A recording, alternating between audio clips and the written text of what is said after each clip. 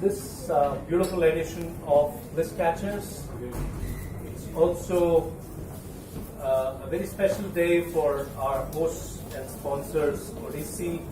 It's their 24th birthday, complete 24 years. And they're entering their 25th year. I saw Ashwin, the force behind Odyssey, somewhere downstairs. He'll be joining us in a bit.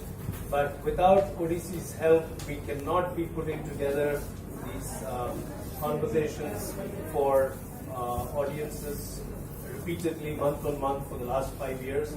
So thank you, Odyssey, Team Odyssey, all of you who are here. There's my young friend, Nijandan, who does all the creative work that you see here.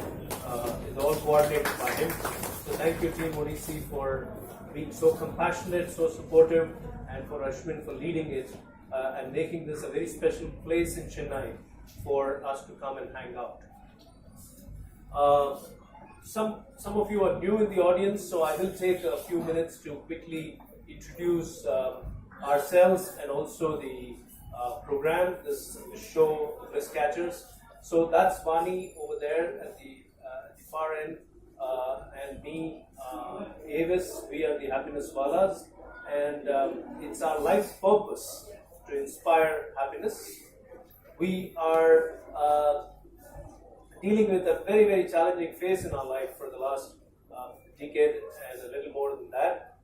But in this phase, when we have been dealing with a bankruptcy, we have discovered that no matter what circumstances we are faced with in life, we always have the option, each of us has the option to be happy despite our circumstances. And we thought, why not share what we have learned with people around us? So I first started with just putting out this book, Fall Like a Rose Petal, which came out in 2014. And in this book, I talk about our journey from fear. When you have no money, when you have no work, and you're dealing with complete darkness, you are gripped by fear. You are held hostage by fear. So I talk about our journey from fear to happiness. How we learned to be non-worrying, non-frustrated, and non-suffering. One thing led to another. We started delivering talks. We started talking about our experiences through my blog, which I write every day, where I share learning with people that want to pause and reflect. I share learning every day. We do workshops on happiness at the workplace. How can we be inspired to live a life of resilience, of reflection and resourcefulness in our workplaces, so that we can be more productive. We talk about that. And of course, we do life coaching for whoever reaches out to us. And over the last 5 years, we've been curating live, reflective, non-commercial conversations. Bliss Catchers is one of them. This is our longest running series, and the Bliss Catchers series celebrates the idea that we live one life and we got to live this happily. Therefore, let's go out and do what we love doing. It is inspired by American ecologist and author Joseph Campbell's philosophy of follow your bliss. So Campbell said, follow your bliss. Don't be scared. Don't feel that you are going to be subjected to insecurity and fear.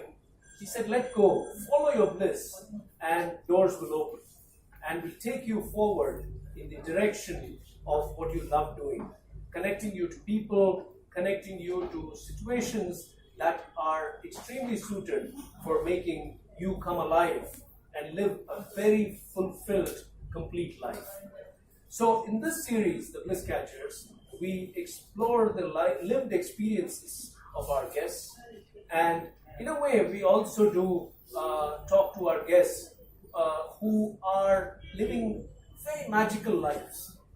They are living lives which only they can relate to from where they started. They have either quit their jobs and are doing something very, very different in life, or they've had the courage to go and do what they love doing without necessarily having to take up a job in the conventional sense. So they're not in the earning a living space, they are living fully. That's the beauty of each of these conversations that we've been having. This is the 48th in this series. The 48th edition of Bliss Catchers is what we are hosting this evening. I'm reminded of Rumi, who said, don't be satisfied with the stories of others. Don't be satisfied with the stories of others, of how things have gone with others. Unfold your myth. That's what our Bliss Catchers do. They're not satisfied with the lives that people around them are living. They say, hey, how can I live a more meaningful, fulfilling life?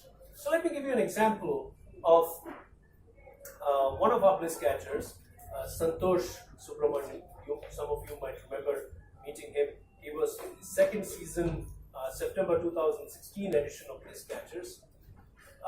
After IIT Kharagpur, he decided not to take a corporate job and decided to set up an online toy library called Bambaram. Bambaram makes board games for children. And later he found that corporates, people in general walks of life who are interested in board games, wanted to reach out to him, and he started making board games for everyone. Today, he is, in his own words, living a full life, and yet he says, one's cup can never be full. I'm reminded of his journey today because just yesterday I saw on his Facebook timeline that this June he's going to New York to deliver a talk at the International Children's Game Festival in June. And this journey for an IIT Kharagpur graduate would not have been possible if he had not stepped out of the predictable path and gone on to do what he loves doing, which is create something new for the world, which is board games. And that's what he's going to talk about. So this is what we explore, the lived experiences of our guests. What prompted them to go in the direction of their bliss? What opportunities and challenges did they encounter? And how did they meet them and overcome them and move forward? Today we have two fascinating guests, Aarthi, the artist, and Gnaneswar, the conservation enthusiast. And I'm going to introduce both of them the way I know them. Both of them have very, very exciting stories, and I can't wait to start exploring them. Aarthi came into contact with us through Vaani, who has a deep interest in art herself. So she has been following Aarthi for some time on Instagram and Twitter. And Vaani also attended a couple of workshops of Aarthi. And so I kind of knew that there was this person called Aarthi who ran the color company, who has a very strong Instagram following, and who makes interesting stuff, artistic stuff. Really, that's all I knew. One day, Vaani came to me and she said, Dad, you know what? I met Aarthi, and Aarthi's had this corporate job that she's quit, and that's how she set up color company. And that's when my Bliss Catcher instinct stood up. I said, hey, she quit a corporate job in what? So Vaani said HR. She quit a HR corporate job to be in art. Wow, that's a Bliss Catcher story. So when are we meeting her? And so we sat down and had coffee with Aarthi, and we discovered that she has an engineering background. That's quite predictable, right? I think many people say that they do engineering so that they can figure out what they want to do with their life. Okay? Many people who have come here have said this. So she has an engineering background, that went on to do an MBA in HR from XLRI, had a very comfortable, meaningful corporate stint for about a decade, and then she sets up the color company. Now, why did she do that? She told us that she was once immobilized during a diving trip in the Andamans, where a school of jellyfish attacked her and her husband, and in that time is when she realized that she needed to follow her bliss art. And the color company today does specialized artwork projects for customers, and she also holds workshops in various forms of art, particularly the one that Vaani goes to is called decoupage. Is that the way to pronounce it? She leads decoupage workshops as well. And she says that art defines, that's what art means to Aarthi. So thank you, Aarthi, for joining us, and we are so happy to have you here. And then we go to our next Bliss Catcher, who is, by the way, for the record, the youngest Bliss Catcher ever on this platform. He's all of 21, and that's Gnaneswar. How did we find Gnaneswar? We found Gnaneswar in the audience here. Last year, in the 4th season of Bliss Catchers, we had Surya Ramachandran, a naturalist guide, who again did engineering and went on to follow his bliss, talking to me. And when we finished the conversation, Gnaneswar walked up and we got talking. And I found in him conviction. In just those few minutes, I found in him a rare conviction. The way he shook hands with me, the way he looked in my eye, the way he talked proudly about the work he was doing at Madras Crop Bank. And he said, I'm trying to understand how we can control instances of snakes being killed, right, by human beings. And he said that disturbs him a lot. So that little interaction, there was a spark. And so we invited him for coffee, and we wanted to understand, who's this guy? What's this kid really up to? And we found that when he was just 13 years old, a snake had crept into their home in Vizag, and the watchman had killed that snake. An incident that deeply disturbed Gnaneswar. And that led him to aspire to be a conservation enthusiast. These words are very important, why he calls himself a conservation enthusiast. He went on to study wildlife biology, and he was eventually absorbed at the Madras Crop Bank, where he's currently working. His vision is to be in wildlife crime control, and he says he's not in a rush to become something. He's very happy partnering in conservation efforts for the rest of his life. And that's why he prefers calling himself a conservation enthusiast. The word enthusiasm is a beautiful word, Gnaneswar. Enthusiasm comes from the Greek word. It has Greek roots. En, theos. En means within, and theos means God. So the God within is what makes us enthusiastic.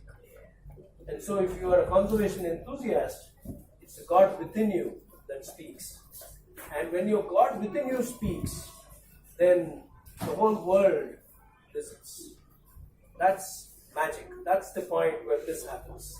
And so I'm here to explore how the God within Gnaneswar speaks and the God within Aarthi speaks. And that's what today's conversation is all about. We are all set for it. May I now invite Aarthi and Gnaneswar to join me here. Please join us. Thank you for being with us. Please.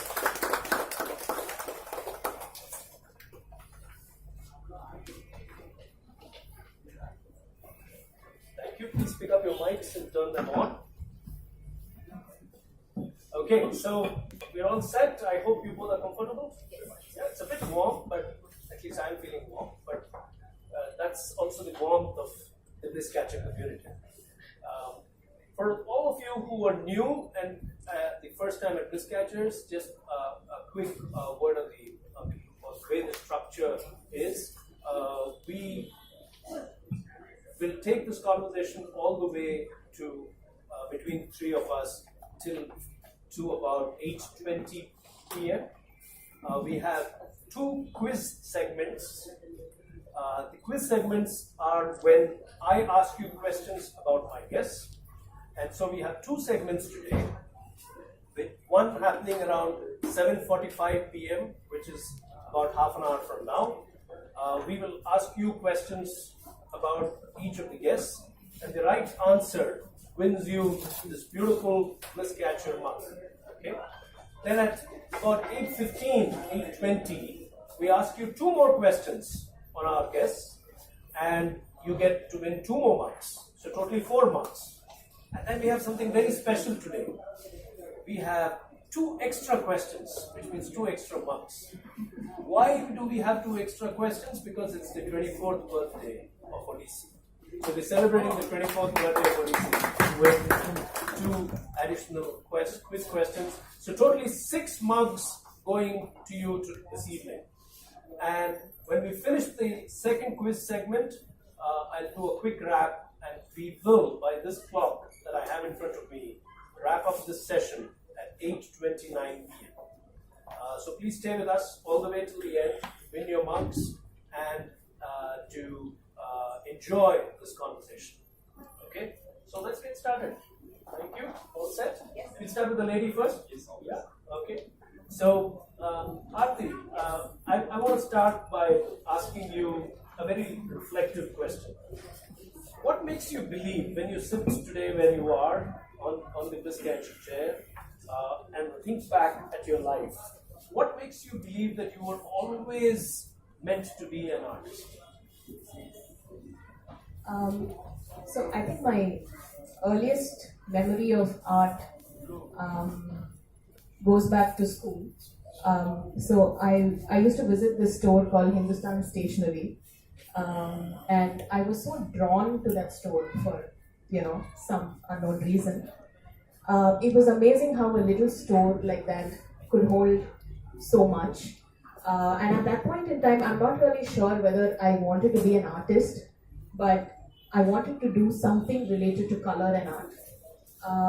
So I always wanted to own a store like Hindustan. So you wanted to own a store? Yeah, like that. So I think that's the earliest memory I have of my fascination for something art related. And I think, like in most stories, I think family plays a very, very important role in nurturing your interest. So I remember I once scribbled the drawing of a cat as a very young child. So it was basically 2 circles and 2 triangles and 1 tail on a piece of marble. So I drawn on it with a marker. And many years later, I visited my uncle's house. He shifted overseas, and to my surprise, this little drawing of the cat on the marble was in his showcase. It was framed and kept there, and I still remember how that feeling hit me. That was the first time something that I did was displayed somewhere, and the sense of joy that I derived from seeing something that I created being in someone's home. I think that really sparked a sense of joy in me. So that's I think that's when my journey with art began, knowingly, unknowingly. That's how it was seeded in my life. So one was about you imagining that you would own a store like the Hindustan Art Store. Yes. The second is a reaffirmation that you receive from the universe, because somebody could have discarded that piece of childish art. Yeah. Right? But your uncle actually preserved it. Yes. And what are the chances that you would visit your uncle and actually see it there? Right? Absolutely. So he could have just preserved it. It could have gone into his collection, into his archives, and not be on a mantelpiece. Right. So that's where I'm taking away a very important learning. In a way, all of us have early influences of what we are today. There have been early influences. And we have a lot of early influences, but some of them have a way of creeping back into our life. They slip back into our life and stand up and say, we met before. This past fortnight, for a very important reason, I have been reflecting on my own childhood, and I realized that when I was a couple of years old, I'm told that I used to tell the story of the Guruvayur temple, and I used to tell the story of the Life Insurance Corporation building and say that LIC stands for Life Insurance Corporation. So I actually went to Google and I said, this can't be true. How could I have, I'm a 1967 born, so how could I have gone and told the story of Life Insurance Corporation in 1967? And there's a bit of trivia about Life Insurance Corporation building on Mount Road. It was inaugurated in 1959, and when it was inaugurated, it was the tallest building in India. So no wonder my father taught me what LIC stood for. And so, in a way, I think when I connect the dots back, I believe that I was always meant to tell stories. I was always meant to express myself through the spoken word and through the written word. And that's what I'm doing today. So there is a way our early influences come back into our lives. And it's a beautiful reminder that the universe has a fascinating plan for us. Sometimes we don't know it. We can't understand it, we can't hold it, we can't wrap our hands around it, but it is there. That's what I'm picking out from your story. Thank you for sharing that with us. So let me ask you, I'm sure you thought about this question as well. So my next question is, the other day when we were having coffee at Starbucks, you told us that you wanted to do Viscom after your 12th. And you even had an admission at NOP college, which was just starting up at that time. Perhaps you would have been the first batch or whatever. Yeah. But you ended up taking engineering at SSN, and then you go to XLRI for your MBA in HR, and then you have like a decade in corporate HR life. All of that happens. But sitting here and reflecting now, do you feel that we all have a way of stumbling around with our life a little bit before we understand, hey, this is not what I want to do, but this is what I want? Is that a revelation that happens much later in life? Has that been your experience as well? Yeah. So for me, it's always been that way. I've always learned from incidents, experiences. So and also I think as in India, when at least back then, when you pass out of class 12. There's very little that, at that point in time, there were very few options. Everybody at home, including myself, wanted the safe path out, and engineering is almost like it's an extension of school. So that was a very natural, choice to pick. But, having said that, I have absolutely no regrets in my education journey, because every aspect of the years that I've spent either in engineering or in MBA is definitely helping me in a great way today. Although I do nothing related to what I studied, little aspects of engineering, little aspects of being taught management formally help me a great deal today. So while it may not directly link into what me and my company do today, I definitely believe that those influences hold me in very good stead. So, and personally, my life journey has always been that way. Whether it was for personal learning or whether it's for jobs and other commercial activities, I've always drawn in on experiences from the past, and that's just how my life has been. So, I believe that's a very integral part of a person growing up and understanding and discovering about oneself. So I've just blossomed that way. I like that word. I've just blossomed that way. So there's a very valuable takeaway there. There are no right ways or wrong ways in life.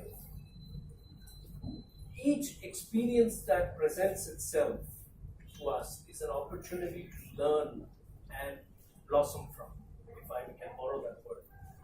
And nothing is ever a waste. it kind of adds up somewhere in its own way.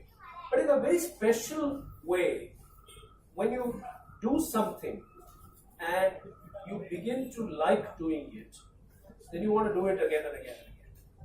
And if you don't like doing it, then you at least realize that this is not what I want to do. Therefore, that experience is again helping you decide which direction to take. And I don't think any of us can go back and undo what happened in our lives. So you can't undo your engineering part, you can't undo your XLRI part and say, I wish I could just be that kid again and set up that Hindustan art store straight away after class 12. You can't do that. But there is a value that each experience brings to the table. That's what I'm picking up from your answer there. So thank you for sharing that. In my story, in my life, what happened was I was working with a big takeover tycoon, a man known for his mega corporate deals, a man who is very well known in this part of India, a man called Sivasankar. I was his executive assistant, and I was all of 27 when I was working with him as his executive assistant. And there's one lesson that I learned from him, which is that money is not everything in life. Because for him, it was only money, and it is still only money. And I realized I'm not that person. That lesson helped me later deal with a huge loss when we went bankrupt as a firm and penniless as a family. I realized that experience working with Sivasankar, that taught me that money is not everything in life, also helped me cope with the fact that we ourselves were penniless now. So there was no grief over it. There was cluelessness on how to deal with it, but there was no grief over the loss. There was no suffering in that sense.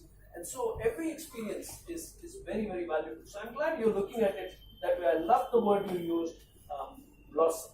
I wish everyone takes away that word, that every experience helps you blossom to reach the stage where you are today. Right? I'm going to ask Gnaneswar my next question and come back, because we have to get to a very, very interesting part of Aarthi's story, and that will be a longer exploration. So I don't want to keep young Gnaneswar's story waiting there. I'm going to keep using the word young, okay? So please bear with me. You are young. You are young. The only difference is at your age, I had already proposed to Vaani. And we were looking forward to having our baby, Ashirwad. So I moved a little fast there. I don't know your story yet, but we'll talk about it a little later. But let me first go to the 13-year-old Gnaneswar, who saw a snake being killed at home. Okay? Have you ever, probably over a glass of beer, maybe just looking at the skies, have you ever tried to rationally examine why is it that you got so deeply affected by a snake being killed? I think it's natural human behavior and perhaps even instinct to kill a snake if you see a snake intrude into your space, right? But you behaved in the possibly opposite way, where you felt deeply affected by it. So have you tried to rationally analyze it? So go back to that day, that night, or that part of your life, and tell us what all happened and why do you think you behaved that way? So it was during my 10th board exams, and I was going for my math tuition. So I was going for math tuition, and suddenly when I was about to put my shoes, I saw something moving right in front of me, and I was thinking, what was this, a big lizard or something? And then I moved a shoe, and there was a snake. It was just crawling against the wall and had to hide away from me. So it went in and stayed in one more shoe rack. So at that time, our home was being built, so we were at a rented house. So I quickly went and I called my mom, saying that, see mom, there's a snake out here. So please call uncle and get a stick that I can use it to lift it and pick it somewhere else. So my mom conveyed the same, but they didn't receive the message well. So they brought in a watchman, and they killed the snake in front of me. So I was never so emotional, I guess, but after they did that, I started crying on the road, I was a little bit embarrassed because a cute girl in the street was looking at me. So I just went there and I went into my room, and then I slept on the bed. I started crying. All my uncles came and started to console me, and they were telling me, "Hey man, this is not a big thing. There's a snake, nothing will happen." And I was trying to explain them that, see, this snake is not venomous. It's a rat snake. It's a harmless snake that is just venturing into our place because we have lots of rats. And then, but they couldn't understand either. I was able to like completely tell them what it means. So yeah, I kept crying for a day, half a day, and I was a little bit upset. And then later that evening, I stopped talking to everybody at my home. And the next day, my father was able to talk to me, and he asked me like, "Hey, this is okay. Don't worry much about it.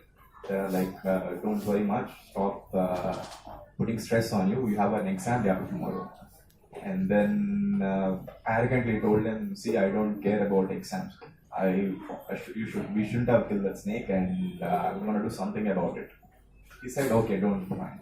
Within half an hour, I went to an internet shop right next to my home. I started Googling for snake kit. So I started searching results for people from Noida, people from Ahmedabad, who supply snake rescue equipment, through which we can safely remove a snake and put it somewhere else. So I found this guy from somewhere in Noida, Delhi, and quickly took some change from my father, and I went to a STD and started calling him and troubling him with my broken Hindi. And then finally somehow he told that, "Okay, I can deliver you a snake rescue kit, and then we'll do something about it." At this moment, I was very scared because, okay, I was supposed to be studying, but I did this. So if I tell this to my father, will he be scolding me? So I was thinking, and I was still very upset about the incident from the evening. So somehow I went and I told my father in a very low voice that, "See, I did this. Can you help me in buying this?" And him, without saying anything, man who always says that, "Why?" But he just said that day that, "Okay, sure, no problem. Go ahead." And I was so surprised, I was so rejoiced, and I could study properly that night. But I always go back to that moment whenever I'm a little bit upset about how that thing was a major turn back for me, because I never knew that I would be so emotionally or so attached to something that happened like that. So yeah, it's something that. Are you able to rationally explain it even now? Yeah, very much, because that's I can envision it actually. I know that day, what the name of the watchman, the face of him coming and killing it, and me, the snake, the shoes I was about to Do wear. you remember how you felt? Yeah, it was pretty depressing because they whacked it right in front of me. When I was about to take a stick to lift it, they just killed it in front of me. So I just ran right. I just threw the stick, ran into the room, directly into my room, and fell on bed and started crying. And you started crying. Yeah. So that's a very powerful narrative. I can vividly picture your emotional outburst with the way you narrated it. So thank you for sharing it so vividly for us here. You know what I have discovered is there are only a few times in life that you'll feel emotionally stirred by what's happening to you or around you. Many people wonder, and this is a question that will come to all of us at different times in our life: why are we here? Why are we here on this planet? If you've not asked yourself this question, it's a good time to ask yourself this question. All of us have been created in this human form. We didn't ask to be created. We have been created. So there is a reason for it. In the French language, they say raison d'être, reason for existence. Excuse me. In Japanese, they say ikigai, reason for being. The reason why you are a human being. Now there is a reason, and that reason is not about making money. That reason is not about fame and glory. That reason is about being happy. That reason is about being useful to the world around you. That reason will find you when you're loving, when you're compassionate, when you're allowing yourself to be led by life. So reaction one, which perhaps somebody may have indulged in When the snake is hit, good riddance. That's reaction 1. Because you don't feel for that species, you're not compassionate, all you're seeing is that it was an intrusion in your personal space and therefore good riddance. That's reaction 1. Reaction 2 is to run, fall on the bed and cry because you empathize with the helplessness of that species.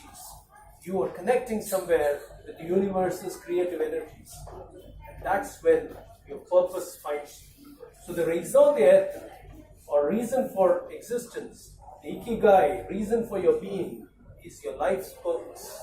That purpose finds you on its own. If you are not only living in the earning a living bubble, but you're also living in the living and loving bubble. That's why I think you found yourself. You were too young to process it that way, but hearing your story, that's the way I'm processing it. But tell me a little bit about why somebody like you, after that episode, you were still talking about going to medical school, right? Typically, it's like she leans in the direction of engineering because the families normally say that's more safe. Like that, perhaps you were leaning towards medicine. But then you eventually go on to do a very unique, unheard of program called wildlife biology. How did that happen? Why were you leaning in the direction of medical school and how did the switch happen? So the reason why I opted a medical school was because it has biology. And I really wanted to do that. But the problem was that everybody who does biology has to become a doctor. So I wanted to break that chain. And I wanted to go there and tell them that, see, biology doesn't mean you have to become a doctor. There is multiple things that I can become. So after my 10th standard, I started exploring avenues where I can involve myself into lots of wildlife-based volunteering and all. And then one day I went to Bangalore to meet my sister.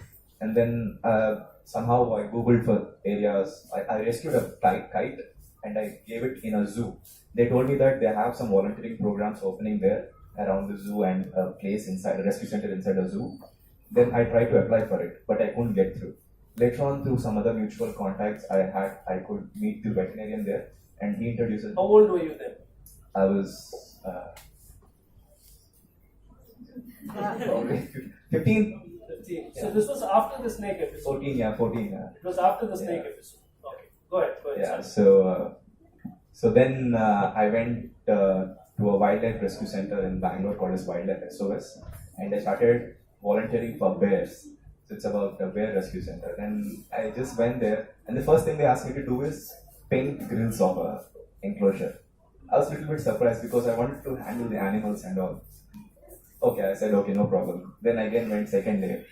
I did that same thing again. Third day they gave me interesting task of sandpapering the whole wall. I went again, no mind. Fourth day I was a little bit hesitant because it's too far from where I was living in Bangalore. I had to wake up at 5 o'clock in the morning, catch a bus at 6 o'clock, walk at least 2 kilometers to go to that place. So I kept going for 4 days, 5 days. Nothing changed, same volunteering program. But on the 6th day, I happened to meet this really cool person who was telling that, I like your work. Why don't you apply for this course in Ooty about a bachelor's in wildlife biology? And that was the moment when I got stuck to that idea. I was like, oh yeah, why shouldn't I not do this? But that was the same day I had to leave because I had to go back home and start my college again. So I came back to the same place next year again, and I tried to meet the same person, but I couldn't meet him. But I got a message through him that there is a college in Ooty called as Government Arts College. You should go for it. And then same volunteering job again there, and came back and Googled for it. I couldn't find it because it was not a website that was existing. Then I was a little bit feeling low. And at the same time, there was a conference happening in Pune about snake bites. So I really wanted to go there again. And then I thought I couldn't do it because of budget issues. And then where I went and asked my father if he can give me 9,000 rupees and I can go to Pune. At that time, he used to earn 15,000 a month. So asking that huge amount was a big thing for me. And again, he and my mom, both of them were okay to give me that money and send me to Pune. And I was like surprised, like, why is this happening? What's that thing that they believe in me so much? And then I went to Pune, and when I was traveling to Pune, I met one more mutual friend of mine, and he told that, hey, I know this Ooty college, why don't I help you in giving you a recommendation and getting you admitted into it? Wow. And I was like, how is this happening? Like, I'm just going there everywhere, and then people are just telling me, you can do this, you can do that, I'll help you out. And then just a lot of luck and a lot of good people around who are helping me. And then I came back from Pune, I got the admission, and after my second year of my inter, I went directly to Ooty. I packed my tent. I knew that I will not get a room, so I packed my tent. I went with my brother. I applied for the college, and I stayed back that night. I don't even remember where I stayed that night. And next day again, I came back to Bangalore. And then I went back home. Beautiful, amazing.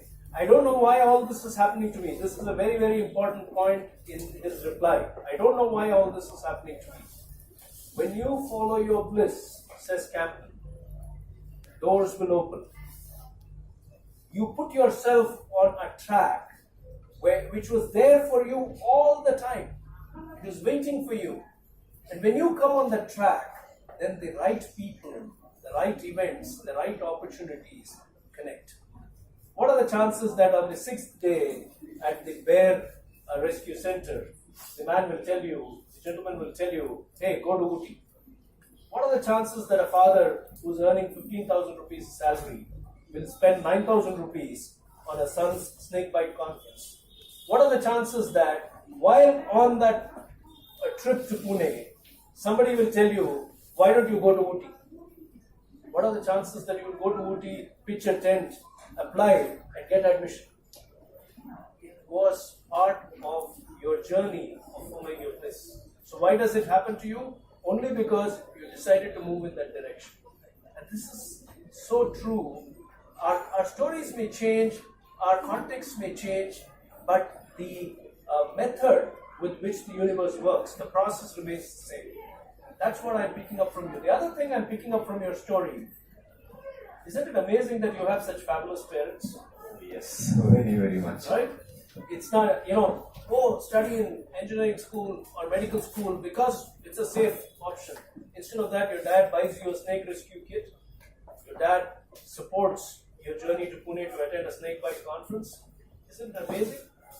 So that's another thing. I think that's a message for all parents out there, that allow your children to follow their bliss. You'll create a happier world rather than a wealthier world which is very unhappy. That's what happens when people end up having to do things which they don't like to do. Amazing, thank you. This is getting very, very interesting, this conversation. He also has got a very meaty part, and we're going to come to that pretty soon. I need to go to Aarthi, but before all of that, I made a promise to you, so our first quiz segment comes up. So are you all ready? Okay, so regulars, Ramesh, Geeta, please hold on. Please do not give the answer. And the families, any person representing either Aarthi or Gnaneswar, the family, if you're a family member, do not answer this question. Okay? Anybody else can answer. So the first question is on Aarthi. Okay, that's the first question. It's a simple one. Listen to me carefully. Connect Aarthi Sivaramakrishnan to Jamshedpur. XLRI, absolutely right. Yeah, it was a simple one. I knew somebody will get that answer very quickly. Please come forward. I forgot your name. Joel. Joel, yes. Thank you. You have to hand it over. Sorry. I seem to be doing everything. Yes. Okay, this one is on Gnaneswar. This question is on Gnaneswar. Please connect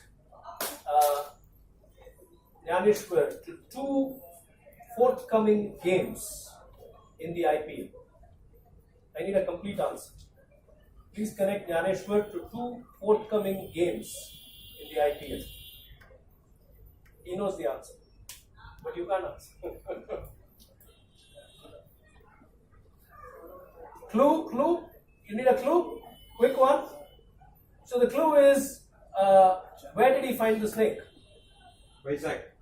Yeah, that is the answer. But connect Two games are being shifted from Chennai to Vizag. Absolutely right. Yes, so MC gets it. Yes, the eliminator and the qualifier two of the games are moving from Chennai to Vizag. Yes, MC. So MC and Geeta here are the first family of Bliss Catchers, and they have a fabulous collection of mugs, Bliss Catcher mugs in their home. They win a lot of mugs, so someday we're going to see a whole rack.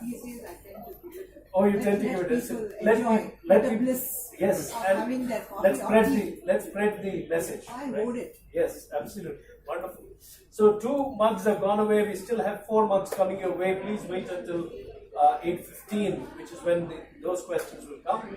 So let's continue with your story. So we come to a very interesting part of Aarthi's story here. Aarthi, talk to us about that diving trip. Why do you think that diving trip in Andamans, when you get stuck in that school of jellyfish and you're immobilized by the sting of the jellyfish? Talk to us about that time, and why do you believe that was a turning point in you? 2012. My husband and I, we went to the Andamans to do a certification course to be scuba divers. So this was a 5-day course, and day 1 and 2 went very well. We got to see a lot of lovely marine life and all of that. So day 3, we were on a boat, and we sailed about 30 minutes away from the shore to dive at slightly deeper spots. So that's how the diving course progresses. And we were about halfway through one of our exercises. So you have to keep completing exercises till you get the certification. So we were completing one of our exercises, and we were heading back to the boat. So at that point in time, our instructor, he said, "Hey, look out, go underwater." And for a minute we were confused because we had kind of finished our exercise and we were going back to the boat. And he said, "There's a huge school of jellyfish coming, watch out." And when you hear the word jellyfish, when you hear the word snake, you're terrified. So when you hear the word jellyfish, it's a little terrifying because people know how beautiful jellyfish looks. You also hear about how some stings are fatal. So there are all kinds of thoughts going through your mind. And we went underwater, but the school was so huge. It was a really tall school of fish that was coming against us. And I remember feeling absolutely helpless. We were in the middle of the ocean, and there was no way to sail back to shore quickly because it was a good 30 minutes out. And at that point in time, the word that keeps coming back to me is helpless. So helpless against nature, basically. And when the first sting came, so we were caught in a school, right? And they were swimming against us, and there was just no way. You just had to succumb to it. There was no way you could swim against it. You couldn't outswim it either. So, and that really put into perspective how small human beings are in the larger scheme of things. So we were just there. We just had to let the school pass through us. My husband and I were there, and the instructor was also there. So when the first sting landed on my leg, that's when the fear set in. And in that fear, and at that point in time, I thought I was going to die because, jellyfish and such a huge school, and it's stinging me, and we're 30 minutes out, I'll not get to land before we reach a hospital, all of that. At that point in time, I thought about a couple of things. And my work and my job and my salary was not one of them, And it was so ironical because you spend 12 hours, 14 hours a day doing your job. And when it comes to, at that point in time, I thought I was going to die. So when it comes to a situation where you think you're facing death, it's not even in your radar. It's so ironical. You spend 90% of your day thinking about work, even if you're not doing work, you're answering calls, you're replying to emails, that's what consumes you through the day. And when it comes to what I thought was the final moment, you don't even think about it. So that was in hindsight now, that's a big realization. But at that point in time, I thought about family, I kept thinking about how they would know this happened, if I were gone, how would they know? And, all those kind of thoughts. And for one fleeting second, I thought about art. I thought about what could have been. I was like, oh my God, my art. Those were the exact words that struck me. So there was this, and just for a second, all of this happened fairly quickly, but that stayed with me. And after something big like that happens, I feel like a lot of decision making becomes very, you just look at it from a different perspective. Now, you have something so big to compare to. So, if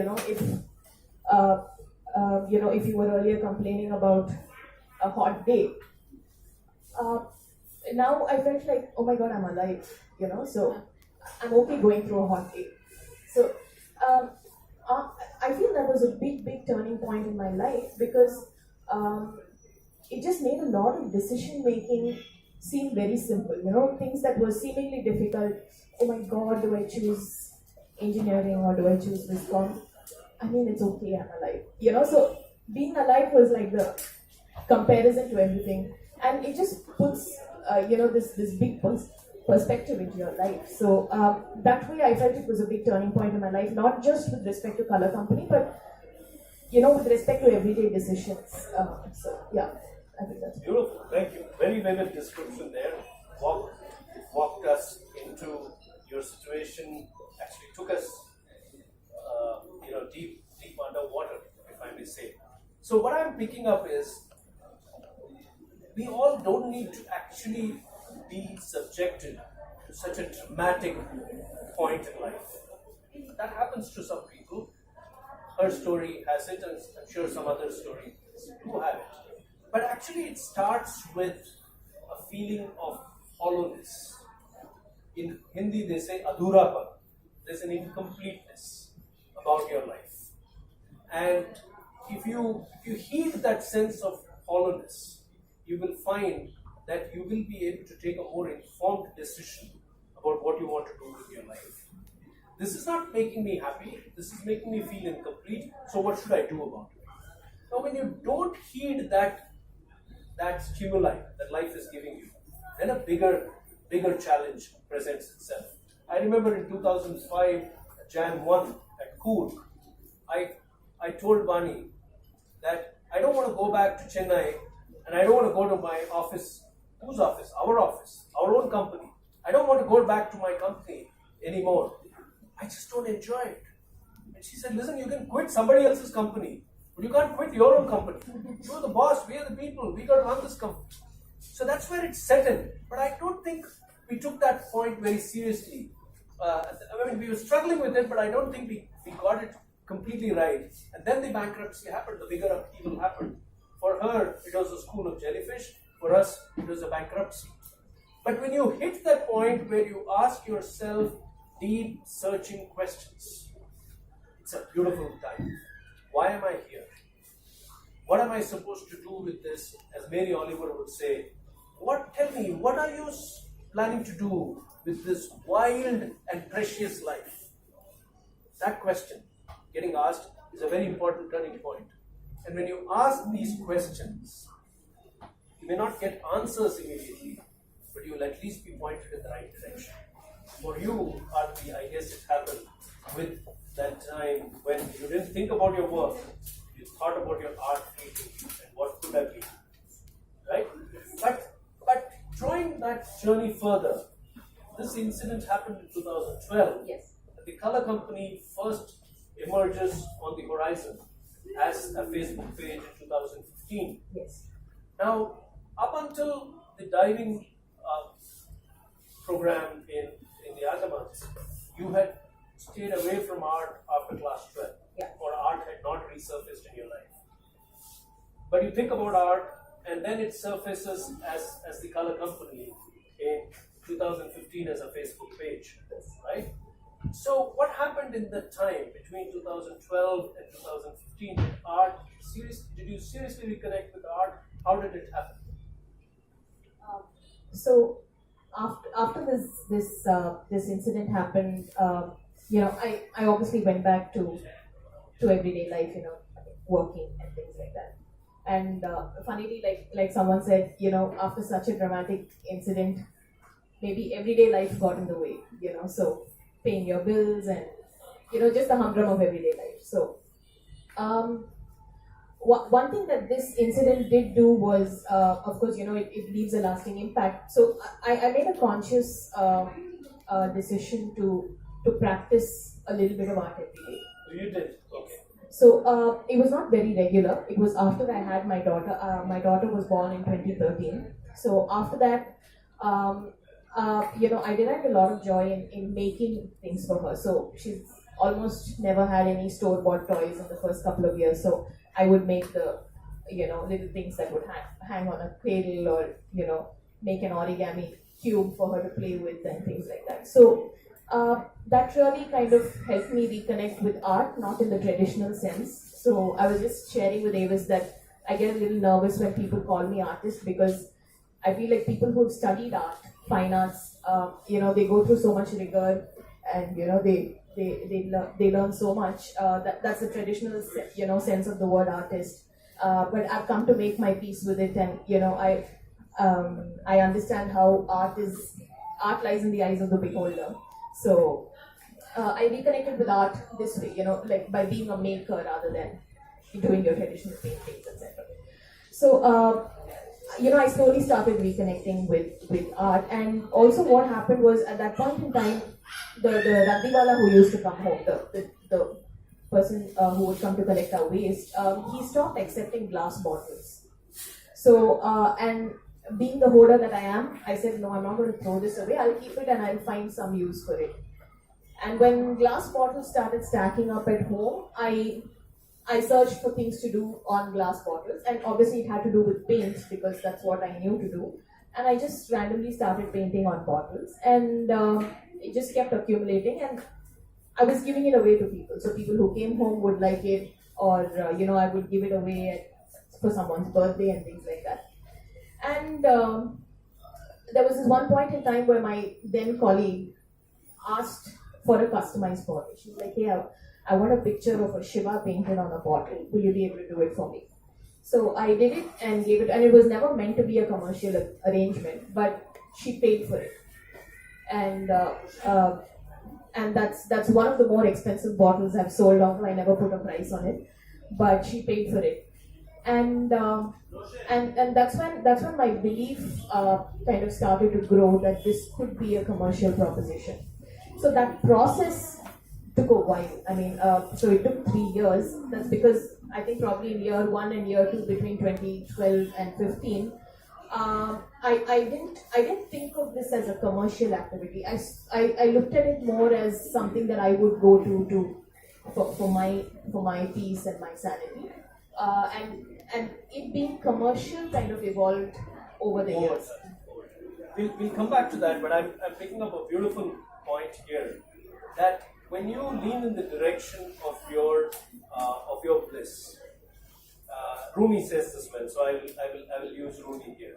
He says, allow yourself to be silently drawn by the strange pull of what you love doing. It will never lead you astray. So there's a silent drawing, so it takes time, a couple of years, and there's a strange pull. Why would you want to hoard bottles? Why would you want to tinker with them? Why do you want to paint with them? And why does it happen that a friend comes and says, can you do this for me? And even puts a financial value on it. That is what bliss does to you. It creeps in, it takes over your life, and it shapes you in a way that you can never imagine. Sitting right here with us at the back, very quietly, is a bliss catcher himself, artist Toda Tarani sir. Okay, an amazing guy. Toda sir, namaskaram. So you said you don't like to be, you're nervous Oh my about God. being called an artist, Yeah. and there is the guru of them all. So I saw you come and thank you for joining us. So let's continue. I'd like to come back to your story. I have a very important question for you, but I'm going to go to Gnaneswar. Gnaneswar, talk about why after your BSc in wildlife biology, you could have chosen research, you could have done a master's, gone abroad and done a master's, you could have done probably a job, right? Why did you choose to do that job? I mean any other job, right? A corporate job. But why did you choose to work at the Madras Crocodile Bank? Why the Madras Crocodile Bank? Is there a story there? Yes, of course. So as soon as I finished my undergraduation in Ooty, I was alongside working as a naturalist at one of the resorts in Ooty. So until then, I was so ambitious that I should do my master's right after my bachelor's. So I applied for multiple colleges. I got through some. I couldn't get through others. But that day, I don't know what really it was, but I just went for a hike all by myself. I've been counting the hikes from the day when I joined there, and I'm 94, not out yet. Wow. So I went for the 94th time up to that hill, one of the biggest hills in Nilgiris. So I was just there sitting and watching cricket, and then I suddenly realized, why should I do my masters, or why should I do that? Why don't I spend a year in understanding what I should be doing in future, and let's work on building up my own ability. So I then went about searching for part-time jobs or internships everywhere, and then I was still searching, and then I had to move out of Nilgiris and I went back to home, Vizag. I just came back from a very cold place to a very hot place, and I had a huge health problem. I was dehydrated, I was feeling feverish and all. So then I realized that there's a small internship opening up at the Madras Crocodile Bank. And then I was a little bit excited because I wanted to get that. And then later on, after a few days, I went to a small restaurant to meet some of the friends who came all the way from Bangalore to catch some snakes in Vizag. So I was just having a regular interaction, and there was a man that I was really looking to meet for last 3 years. I've been coming to Chennai since 2012, and every time I used to come, I used to go to the Madras Crocodile Bank. It was like a place where we go and we watch reptiles and we learn from it. So every time I go there, I had to meet this one person called as Romulus Whittaker. And every time I go there, I couldn't meet him because he's busy, he's always traveling and all. So I couldn't meet him, but then at this day in restaurant, In Vizag. In Vizag, I was sitting at a restaurant in Vizag and I was talking to a couple of friends, and they were telling me about their experience in Vizag. Suddenly from a back comes this American accent saying, "Hey man, what's up?" I was like, "Who is this man?" And I turned back and there was Rom sitting right behind me and telling me that we had a great run and we were looking forward for more other stuff happening there. So I was so suddenly it was adrenaline rush because I just recovered from a fever, and then suddenly the blood pressure increased in such a way that I think I got fever again. So it was right behind, and I was like, I didn't know what to talk. I always had a speech ready whenever I wanted to meet him, but right there I didn't know what to talk, and I was high and said everything, and we had a conversation. So that at that moment of time, I thought that he would explain the situation of a snake bite scenario in India, and I was really moved, and I thought that as I started as a kid to save snakes, and now people are being killed by snakes. So there is something, big connection in between. If you are able to tell people that snakes, if you are able to make people aware that you can avoid snake bites, they'll start conserve snakes. So with that motto in mind, I again went back to Crocodile Bank, and I got my internship. So here, the main reason for me to stay, one is Romulus Whittaker. Second reason for me is my current boss, Ajay Karthik. So he's one of those people whom I used to idolize ever since I started understanding this wildlife and all. I used to look into his Facebook posts, I used to think he's so cool and all. And on the day of internship, when I realized that, okay, he'll be a boss, I was so excited. I was like, okay, this is so fun. This is gonna be so fun. I didn't expect this, but this is gonna be so fun. So I ended up starting my internship at Madras Crocodile Bank, and I started working. And 3 months down the line, they were ready to offer me a job. So on my birthday, I got a job to work at Madras Crocodile Bank as an assistant coordinator for one of the best projects in the world, Snakebite project. Fantastic, fantastic. What a story. What a story. I just want to ask you, you grow up idolizing Romulus Whittaker. Okay, who doesn't idolize him? And then he presents himself after 3 failed attempts of yours. He presents himself in front of you at WISAC. Now, what are the chances? That's the power of this entire idea of following your bliss. And now you are working with Ajay Karthik, a person that you again idolize.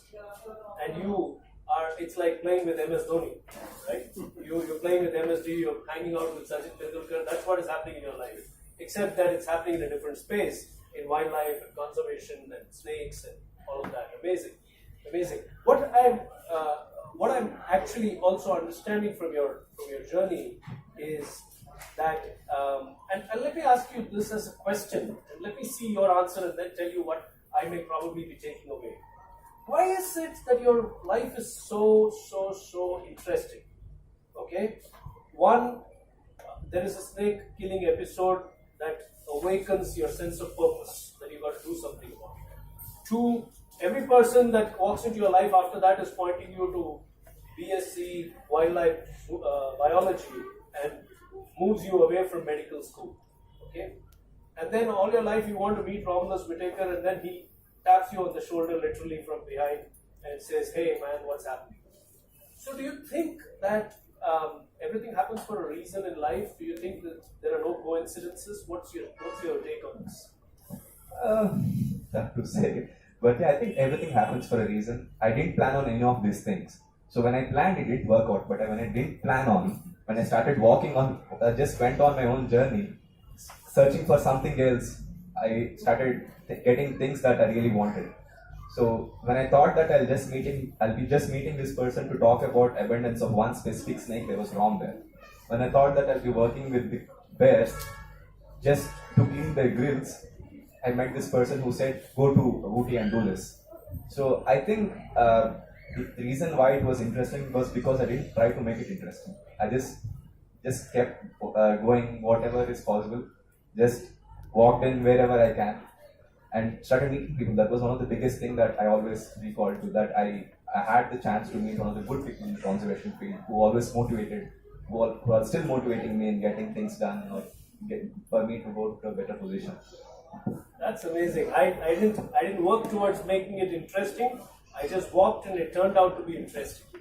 That is a very powerful answer there, because in a way, if you look at it, we think we control our life. And our experience, what I've learned, if you had met me 15 years ago, I would have been probably telling you, have a vision, have a set of goals, have everything written down to the last detail and make sure it works. Okay? Even today, I have things written down, okay, very clearly about how things should go. But then there's a big shift.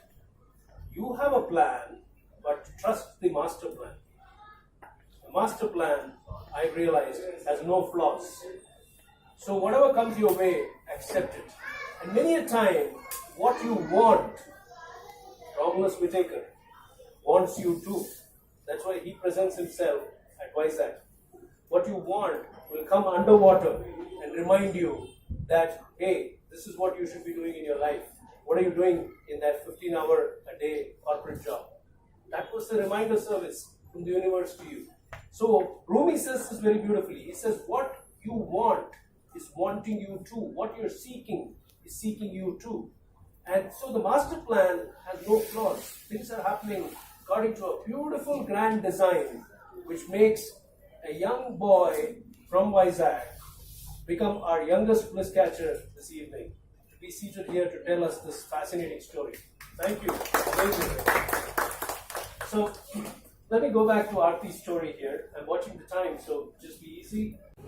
So my question to you is, it's so easy, especially for, to use your own words, an untrained artist, okay, who didn't go to art school or anything like that, to just be lost in this whole thing of following art, doing art, and it being a hobby. Any specific incident that happened in your life that told you that no, this is your bliss and this is not just a hobby? There's a big difference when you're working elsewhere and also dabbling a few hours to just take your mind off your daily stresses. That's a hobby. But when something draws you to it again and again and again, it is your bliss. So my question is, how did you understand that art is your bliss? So I think, through the 3 years between the incident and me putting up a hobby page, I think everybody at home, my family, my husband, all of them knew that I was very drawn to this. So in 2015, when I put up my Facebook page, and when I was talking about where it should go with my husband Kailash, so he said, why don't you try and make this commercial? Because I was very torn between. Everything at my work life was going very great. I had no complaints. I had like a great job and I had a great boss. I had a great, a very flexible company. As a young mother, they offered me a lot of flexibility on time and work hours and things like that. I had nothing to complain about. I felt like I had the best of, the corporate world that one could ask for. And but here, I found a lot of joy in doing this. So I wanted to basically spend more time doing it. So when I was very torn about, being able to find time to do this, and I wanted to do it more often, my husband urged me to think commercially about it. So I had all of those fears about not being an artist, being a very YouTube learner, so to say, and things like that. And in the creative space, you tend to get lost in the creativity more than anything else. So anything good comes, anything creative comes your way, you want an opportunity to work on it. You want to be able to showcase something beautiful. But thanks to a little bit of influence from the management training that I had, and my husband is a marketing specialist, so he's like my reality check kind of thing. So he keeps pulling me up every time he feels like I'm going too astray with the whole creative flow. So it was only after a lot of his persuasion that I was able to think of this on a commercial basis. Till then, it was more like, I think it's more of a virtue that I wanted to, carry with me, saying that creativity and commercialization of creativity don't go together. But I think it was through his gentle persuasion that I saw that there is a way that both can be linked together. So, and at that point in time, I felt like I found my bliss, because my worries about, being able to pay my bills at the end of the month were slowly, it was not gone away, but slowly somewhere beginning to get answered. I was able to create a plan. I was able to put some numbers to what I could expect in my bank balance at the end of the month.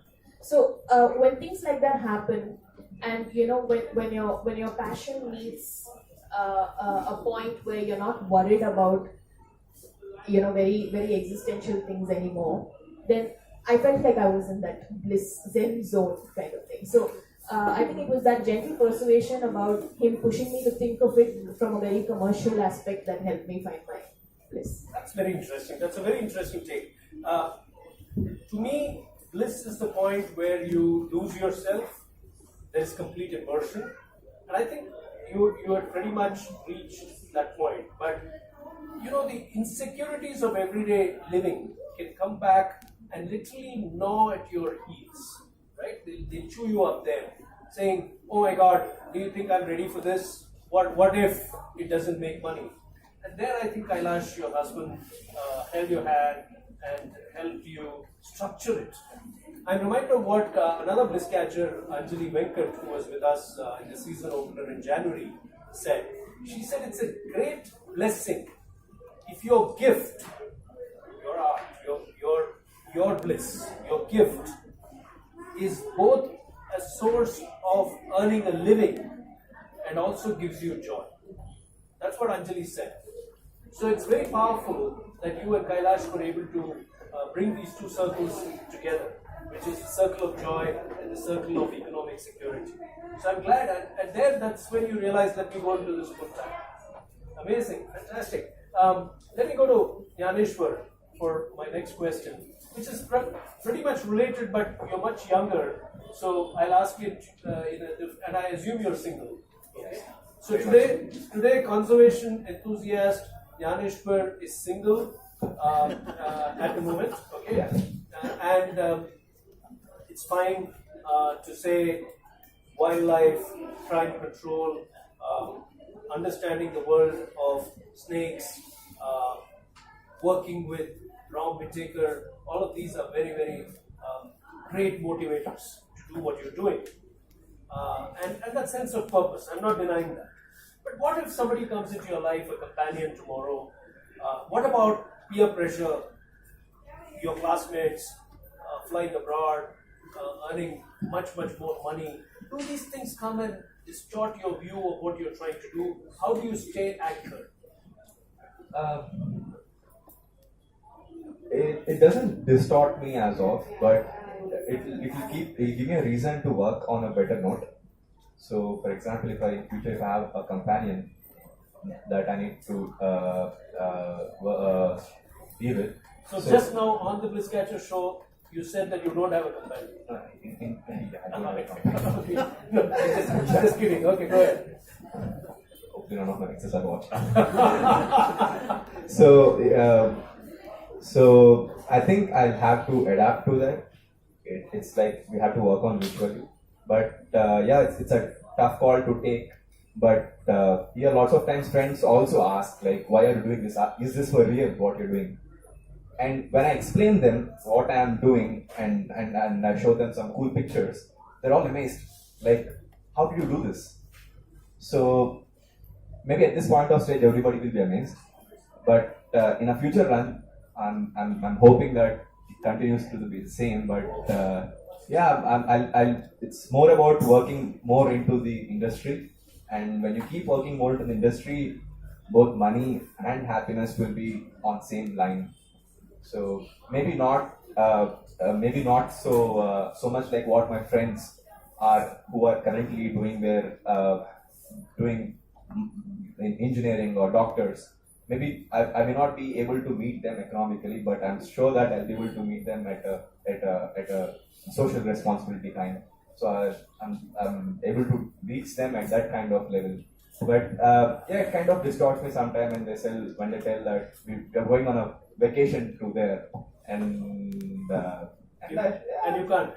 And but I show them pictures from India where I went there and we're even now. So this is an important point. I'm glad you said, Gnaneswar, that you do get disturbed, you do get swayed, and we will all get swayed. You cannot have a situation where you will not have worldly influences coming and clouding your thinking or making you review your decisions. But your sense of purpose will always give you that anchor, right? So when you wake up the next morning and you go on to do what you do and you love doing it, whether it's art or whether it's your conservation efforts, the joy you get is unparalleled. Would I be right? Right? Yeah. So here's the big lesson for all of us. We have two ways of living our life. The whole world is trying to become something. The whole world is trying to become something. And you have an option of just being. That's why we are not called human becomings. We are called human beings. Please understand, there's a big difference between being and becoming. In the being paradigm, you have to do what you have to do. You just have to get up in the morning, she has to do her art, he has to do his conservation efforts, I have to do my writing, I have to do my speaking, we have to do our workshops. We have to do what we have to do and just be. Enjoy the process. And life will take care of us. Not the way we want it. I wish I had more money. I wish everyone here will say that I wish we had more money. But life will take care of us. That's the being paradigm. You know what the becoming paradigm does? It makes you do everything, but brings in an expectation that because I did this, I must become that. And the moment an expectation comes, it ruins the party. So expectations will arise, but the evolved mind will pick up an expectation and say, hey, this is a distraction, let me leave it aside. So let me send my friends a picture from Bliss Catchers show saying, at age 21, at an important point in my life, I featured in the Bliss Catchers show. That's my high for today. Tomorrow, the other day he sent me an anaconda, a baby anaconda picture. He said, a gift for you. Boom. And that was his moment of joy, and that he was sharing it with me. She does the decoupage and she shares it with her students in her class, in a workshop, her delegates in a workshop. And that's her moment of joy when Avani walks in home and says, look, Dad, what I created. That's because of what she was able to do. So I think we all have our opportunities to be, and those opportunities will manifest themselves more if we stop trying to become something. So drop the becoming, just be. So I'm going to ask you, actually we are out of time. So if I have time, I'll come back for one last question to the two of you. But right now it's time for questions for the audience. So 4 questions coming your way back to back. We're short on time, so you have to really answer these questions quickly and grab your mugs. My first question is on Aarthi. This is a sitter, and I will strongly encourage Ramesh and Geeta not to answer this question. Geeta and Manichandra not to answer this question. This particular institution taught Aarthi a very important lesson, but she will not want necessarily to go back to the school. Which school are we referring to? I heard it there first. You raised your hand, but I heard it there. Yes. The School of Jellyfish. The School of Jellyfish, please come forward. I'll give it to her. Okay? Aarthi again. Such a powerful lesson. What's your name? Kritika. Thank you, Kritika. Enjoy your coffee tomorrow morning. Okay? So, I'm sorry, Joel. The good old days when Siddharth Basu used to do quizzes, he would say, Quizmaster's decision is final. So AVIS's decision is final. Please bear with me. Okay. The next question is on Gnaneswar. And let me think up the question that I thought of on Gnaneswar. Yes. This is open to everyone, but you have to be quick because somebody else may get it ahead of you. Connect Gnaneswar with a Padma Shri winner. Romulus Whittaker, we'll give it to you. We'll give it to Romulus Whittaker. Yes, it is. So many comes to it. Is he from Madras Crop Bank? No, he's not. Okay. Thank you. It is Romulus Whittaker. He got the Padma Shri in 2018. I think he deserves much more, but I'm sure he doesn't mind. He doesn't bother about it at all. But one Padma Shri that we can all truly be proud of, Romulus Whittaker. So thank you for that. Now we'll go to the 2 special questions for the Odyssey 24, for the 24th birthday of Odyssey. Okay? 2 special questions, and these are not related to my guests. So these are on our city, because Odyssey is part of Chennai. So these are on our city. Anybody can go for them. I will give you a sentence which will have 2 blanks in it. Please fill in the blanks. It's a sitter, okay?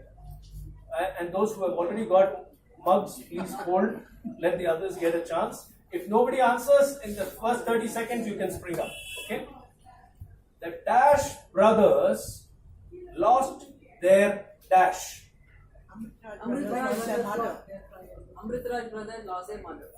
I'll give it to Ranjana. Okay. The Amritraj brothers lost their mother. Do we know the name of the mother? Maggie, yes. Maggie Amritraj. Yes. I'll give it myself. Is Ashwin here? No. Okay, I'll give it myself. Thank you, Ranjana. Yes.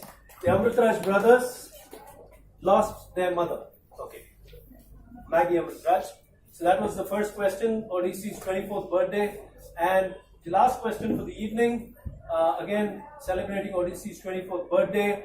And this question is a cryptic question. So you got to answer, the answer is the name of a person. Okay? Geeta, please don't answer. If nobody answers, I'll look at you and I'll say, Geeta, please answer. Because you will know this answer. That's why I'm saying. Ramesh, you also hold on for a second. Okay. 973 columns, 20 years. Muttaya. Yes, Muttaya, absolutely. I already told him the answer. I heard you say it. Yeah. Madhav, come. Long time since I got a mug. Yes, you come and you take a mug and you go away and don't come for some time. So, I remember you or Usha won a mug the last time you were here. Yes. Okay. So yes, 973 columns, 20 years on the trot without missing a single deadline. Okay, S. Muttaya, who passed away last week. Amazing gentleman. He taught me journalism, my guru in journalism, and also taught me what his idea of happiness is, something that I relish. So thank you so much for your answers. Ask 2 questions. They are supposed to ask. Format changed. We keep reinventing. Okay, don't worry. So we had to throw in extra questions this time as well. So I led all the questions. So be prepared for more changes. So fantastic conversation here. I'm going to do a wrap and close the conversation. But before that, is Ashwin here? Yeah, I think he's in the store. Okay, but then we'll carry on. Why don't you come forward?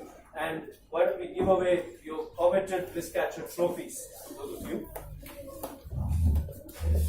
So for both of you, Aarthi, this is for you. Thank you for being with us. Yeah. Pick up your cover. Yes. Thank you, Gnaneswar, our youngest Bliss Catcher ever. What a fascinating story both of you have to share with me. Thank you so much. You know, I was as you were answering the quiz questions, I was actually trying to piece the entire conversation together, and something very powerful struck me, which is that in life, what happens in life is that we're often told something is sinful, something is bad, and all of that. You know, I think the most sinful thing in life is a lost life. A lost life. I'm just recovering from a situation where I lost my father about 2 weeks ago, and he was a man who could have been. He is a phenomenal musician, and he could have been very, very successful had he followed his bliss, but he did not. And therefore, I was telling Vaani that in those days, if we had had the opportunity to sit with Dad and talk to him about his bliss, maybe his life would have been very different. So, to me, the most sinful aspect of life is a lost life. When and we don't die because death takes us away. We die minute by minute, day by day, by not doing what we love doing, by delaying, by postponing happiness, we die. And by not giving what we love doing, by not giving it our time, our heart, we die. Our 2 friends here this evening, Aarthi and Gnaneswar, through choices they made in their life, have demonstrated the power of living fully. Both of them, through interesting experiences, one came to near death, and the other saw another species being killed. And both of them rose up, awakened from their lives to live their life very differently. She chose to be an artist, go back to her art, allowed herself to be drawn silently by the strange pull of what she loves doing. And Gnaneswar decided to do not medicine, but conservation, and moved in that direction, living a life of purpose. So that's what I'm picking up from both of you. Thank you so much for being who you are and for being on this show. It's been fascinating having you both here. So here are a couple of announcements as I close this session. We are not doing any conversations in the months of May and June. In July, this is the schedule we have. On the 13th of July, we have the happiness conversations happening at the Madras Literary Society on 13th July, Saturday at 10:30 a.m. It's a mid-morning session, going on till 12:30. It's a 2-hour session, and our guest is Sundari Sivasubbu, who is celebrating life with a cerebral palsy. So she is on a wheelchair, and we cannot get her on a wheelchair to this venue. So Madras Literary Society is co-sponsoring this event, and so we're moving the event there. That's on 13th July. On 27th July, we have Bliss Catchers here again. The last Saturday, we'll be back here at 7 p.m. And we have 2 wonderful guests, an artist who calls himself a Yanai Kadal. Elephants are his inspiration. Karthikeyan Pichai Mania. I'm sorry with the last name, but Karthikeyan is his name.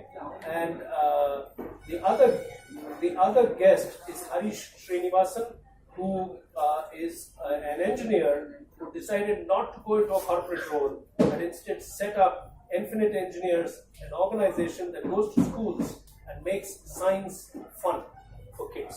So Harish and Karthikeyan will be with us on 27th July at 7 p.m. here for Bliss Catchers.